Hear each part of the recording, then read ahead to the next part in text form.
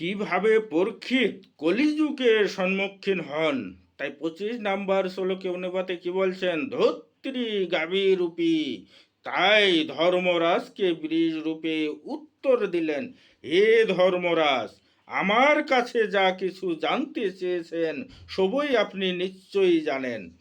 এই সমস্ত প্রশ্নেরই আপনি উত্তর দেওয়ার চেষ্টা করব।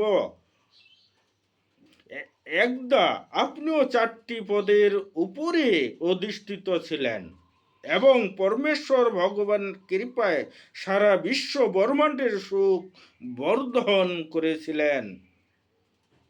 ধর্মনীতি এবং পরমেশ্বর ভগবানই নির্ধারিত কয়েকজন এবং সেই বিধি নিয়মগুলিকে কার্যকর করে ধর্মরাজ অর্থাৎ যমরাজ ওইসব বিধি নিয়মাদি সত্যযুগেই পরিপূর্ণভাবে কার্যকরী হয়ে থাকে।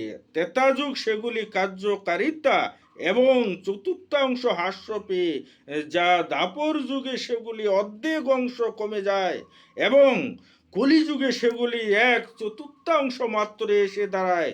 কর্মস্ব হাস্য পেতে পেতে শূন্য হয়ে যায়।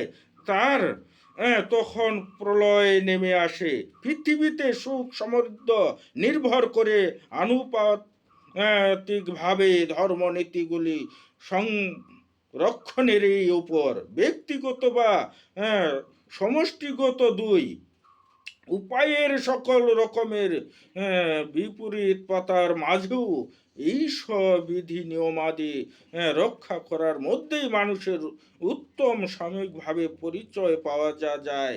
তাতেই মানুষ সারা জীবন সুখী হয়ে থেকে অবশ্যই ভগবানের কাছে ফিরে যেতে পারে।